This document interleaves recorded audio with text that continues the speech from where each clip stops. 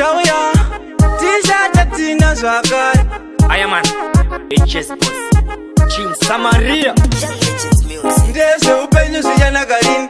Mwari baba itaenza kezviri nani. Kamusika kangu ini akatengwe chavanoshuwo kuti ondipembe.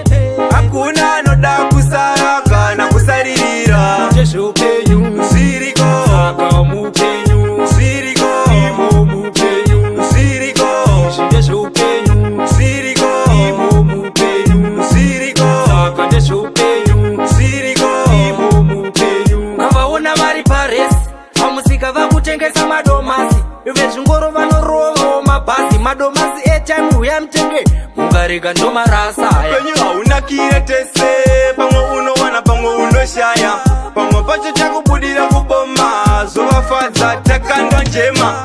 Hakuna anoda kusara kana kusaririra. Ndezveupenyu zviriko saka mupenyu zviriko imo mupenyu zviriko ndezveupenyu zviriko imo mupenyu zviriko saka ndezveupenyu zviriko imo mupenyu. usada kutevedzera ningi kuti ane chii kana kuti kudawo chii.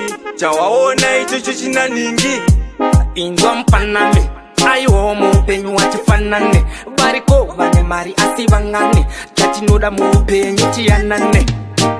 Hakuna anoda kusara kana kusaririra. Ndezveupenyu zviriko saka mupenyu zviriko imo mupenyu zviriko ndezveupenyu zviriko imo mupenyu zviriko saka ndezveupenyu zviriko imo mupenyu. Kavaona vari paresi pamusika vakutengesa madomasi, vezvingoro vanorovawo mabhazi. Madomasi etime uya mutenge mukarega ndomarasa. upenyu haunakire tese, pamwe unowana pamwe unoshaya, pamwe pacho chakubudira kuboma zovafadza